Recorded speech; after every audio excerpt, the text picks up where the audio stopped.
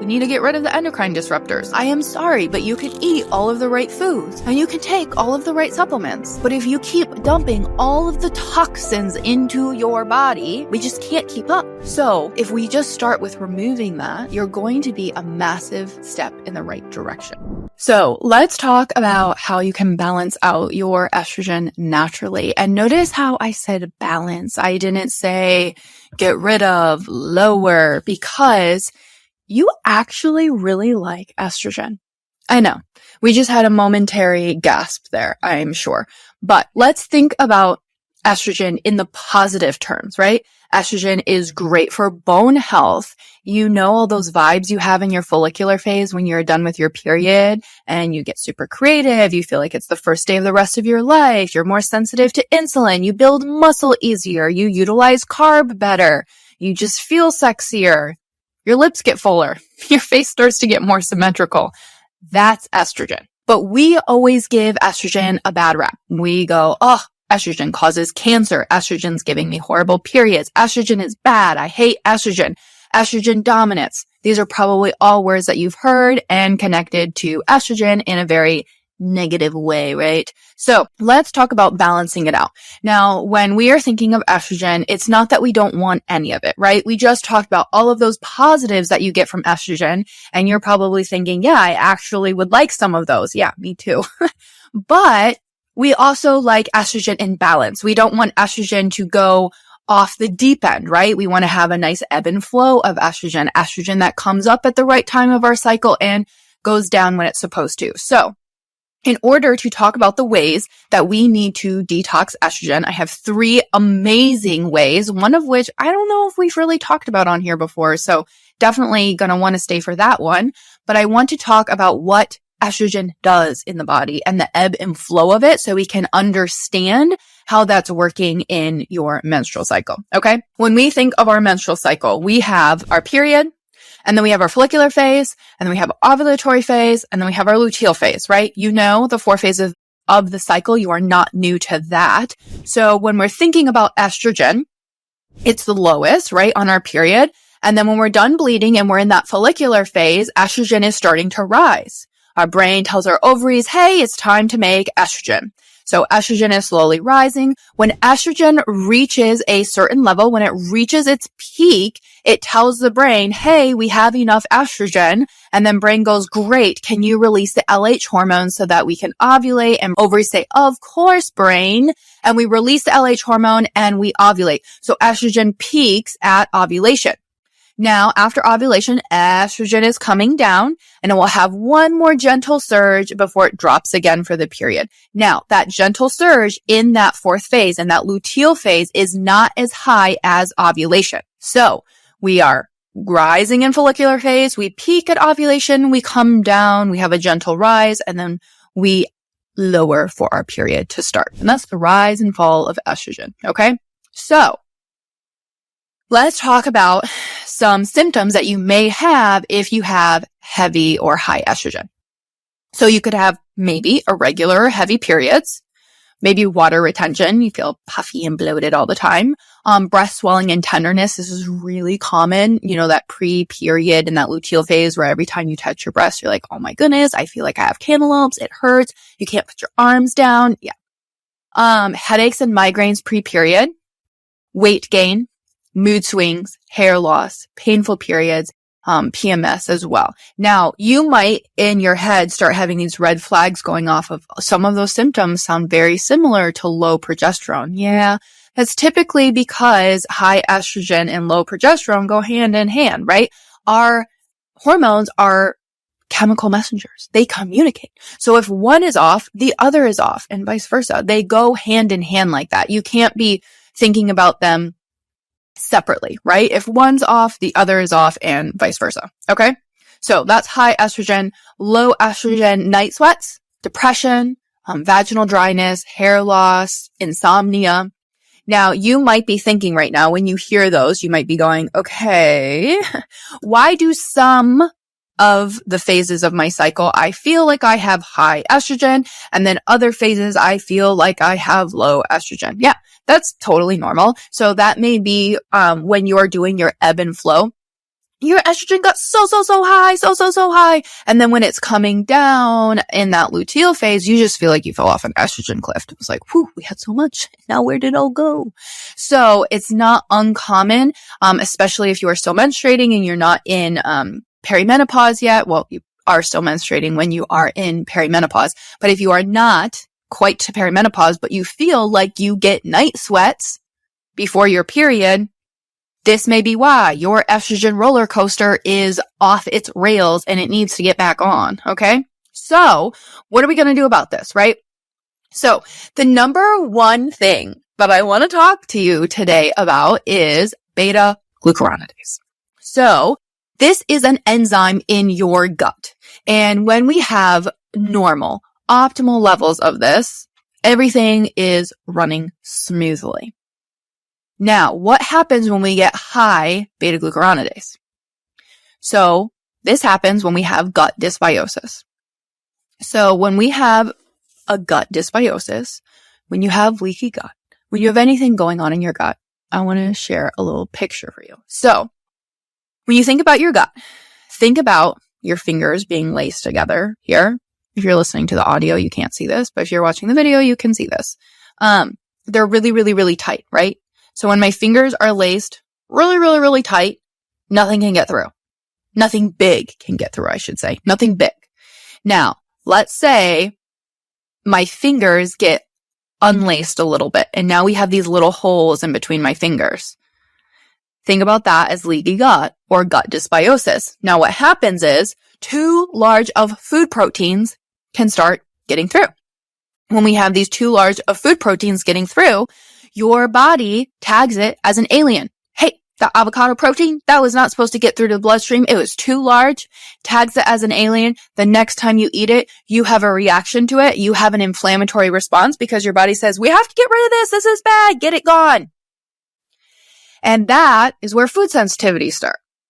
Now, cutting out that food, you just get more because you never fixed the issues with your tight your barriers in your junctions in your gut. You still have the holes. So if we still have the holes and you take the food out, you may feel better for a couple days, and then you start having a reaction to another food. And this is where, my friends, I get the clients that have a million food sensitivities. And they just keep getting more and more and more. And they go, I can eat 3 foods. That's it. And eventually they aren't even going to feel like they could eat those 3 foods anymore. And this is why I don't like food sensitivity tests. It's not solving an issue for you at all. It's not solving an issue at all. It's just spending a lot of money making you take out a food group just to then take out a million more food groups. Now, I do think that there is a time and a place for elimination when done correctly. But when you're doing an elimination, you have to be fixing the gut. If you're not fixing the gut, then what are you doing? You are wasting your time, you're wasting your mental energy, and you're probably very frustrated, right? You have to be fixing the gut barriers. You have to be patching the holes at the same time, which is really important. So, back to our beta glucuronidase. When we have these leaky gut, which is what we call it, even though it's just literally an issue with our tight junctions in our gut. When we have this leaky gut and we have gut dysbiosis, what is that? That is an imbalance in our gut bacteria, either too high of some bacteria, too low of others, dysbiosis. It is not balanced. So when this occurs, we have this issue with our tight junctions. The enzyme beta-glucuronidase is too high. So what happens when it is too high? I want you to think about this enzyme as the enemy when it is too high. Okay. So when your estrogen is bound up and it's going to be very nicely just escorted out of the body and beta-glucuronidase is too high, it comes in and it severs that bond that is connected to the estrogen. And now it helps and makes estrogen recirculate. What? So you just did all of this work of binding up all of that excess estrogen, used up estrogen, and you're about to say, bye-bye, go on through. We're going to poop you out. And beta-glucuronidase is too high, and it comes up and it severs that bond and it goes, see ya. And the estrogen recirculates. What on earth? So now we're doing all of this work to make sure that we're getting rid of this excess estrogen, but you just keep recirculating. This is a circle that is never going to end. You just keep going around and around and around and around, and it's extremely frustrating. What on earth? How do we stop this? Okay, so we basically, obviously, have to decrease the levels of beta-glucuronidase. How do we do this? We have to establish a healthy gut microbiome, which means you have to eat a diet high in glucuronic acid.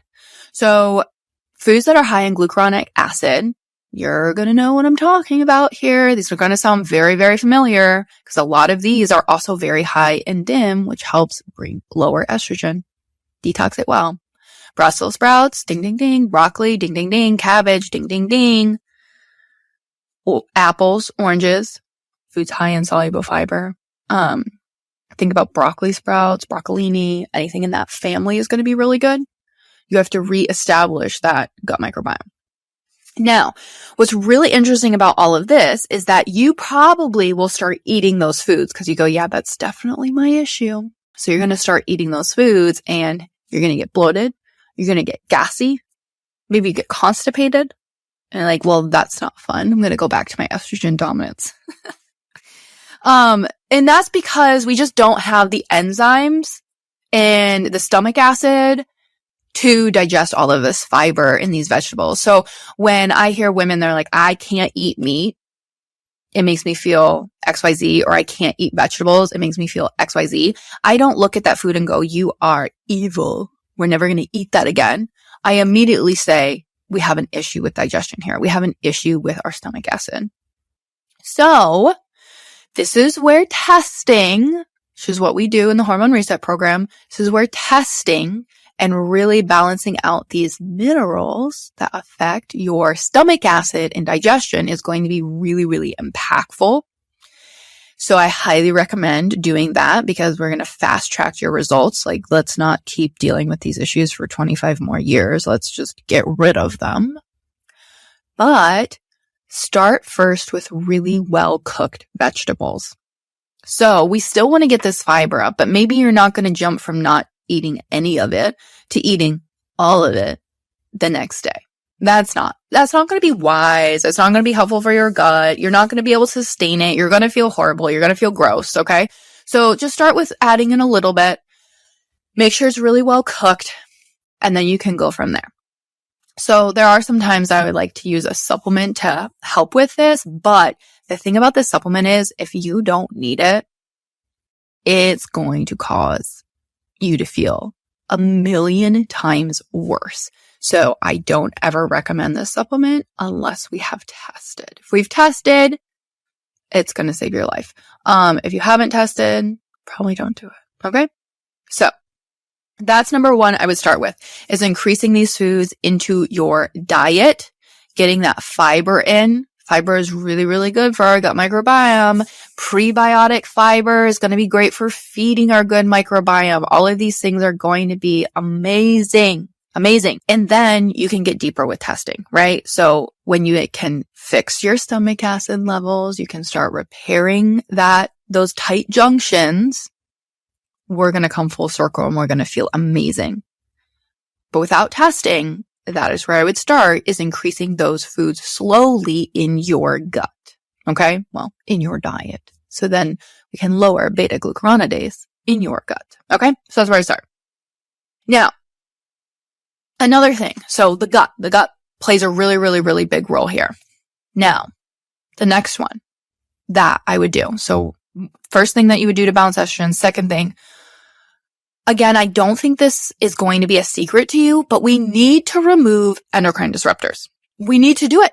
It needs to go. Okay. So everybody makes fun of me at how I say this. How do you guys say Febreze? Is it Febreze? Febreze? I don't know. I literally don't know. Someone please help me and tell me how to pronounce that.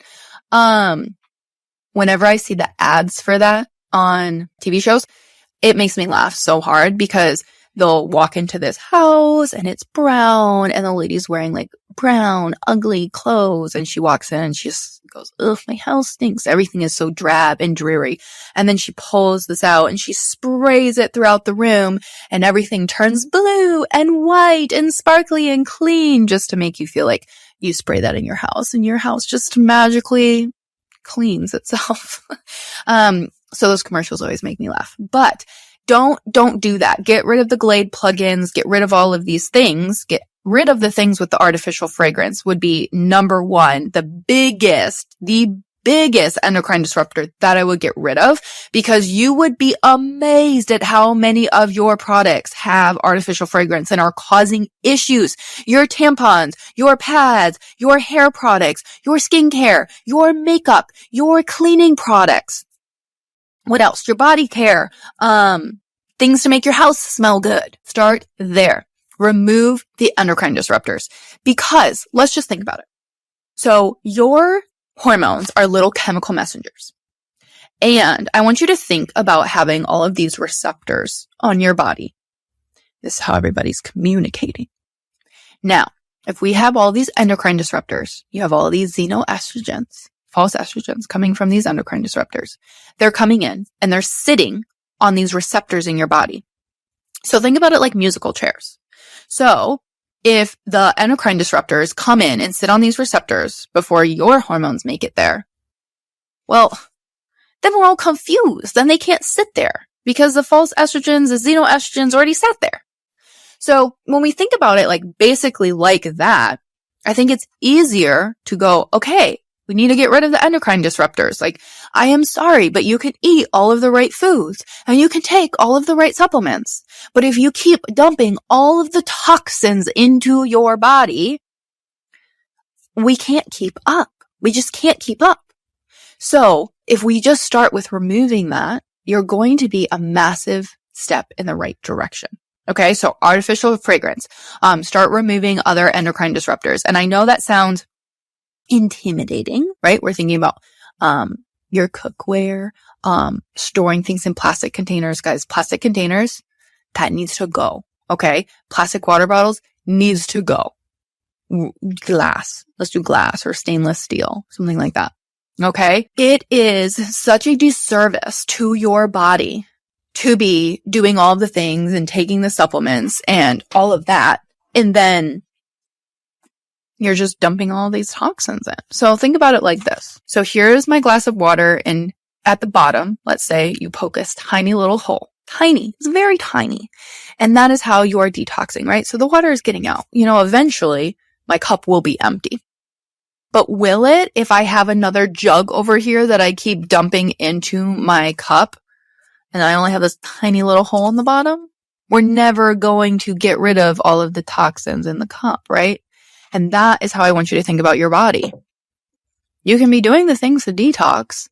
You can be, but if we are not getting rid of that massive jug that you are still dumping into the cup, we're never going to get anywhere. Okay.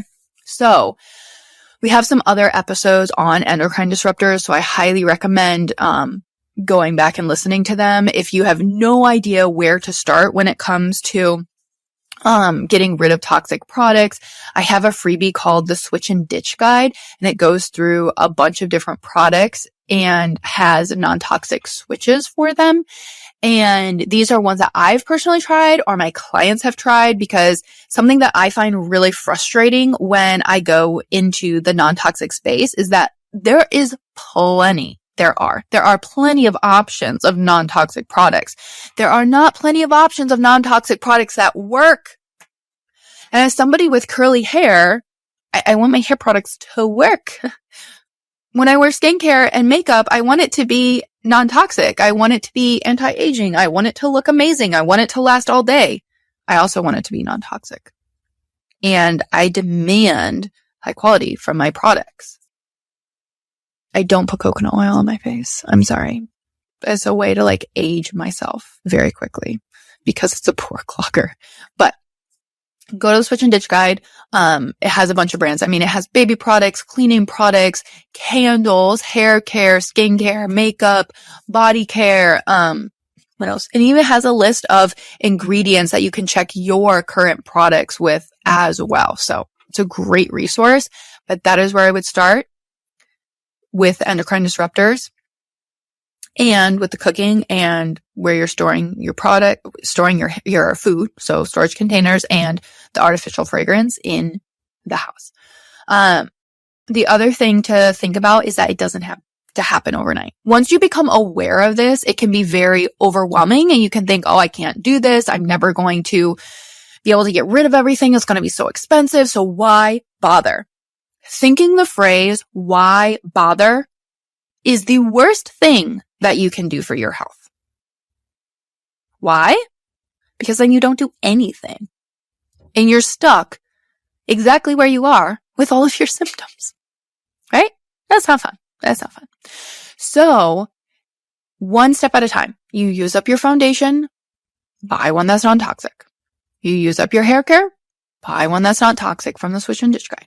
Okay? One step at a time. It doesn't have to happen overnight. You eat the elephant one bite at a time. You switch and ditch your products one at a time. It doesn't have to be all of them. Literally just switching one at a time is doing such a massive service to your body. It is worth it. So don't think all or nothing. Just start. Just start. And the other thing that I want to just impress upon you is that you will never live in a non-toxic world unless you go live on a different planet in a bubble suit, which you probably aren't going to. So never going to happen. So let go of the perfectionism and do the best that you can. And that starts with one product at a time. Okay. So that is my other thing that I would highly, highly, highly recommend. And then this tip I actually want to give for my wonderful ladies, because we talked a lot about detoxing and detoxing and detoxing. And there may be some of you over here that are going, I am in the world of low estrogen. Yeah, is that you? So if that's you, there is something that you should start. Whether you have low or high estrogen, you should start seed cycling. I talk about seed cycling all of the time because it's just something so simple that you can add to your day. And it's this little ritual that you can do with your cycle, and you can make fun snacks, and it's easy to do. So seed cycling is 1 tablespoon of pumpkin seeds and 1 tablespoon of flax seeds, organic and whole, raw. Grind them up before you eat them.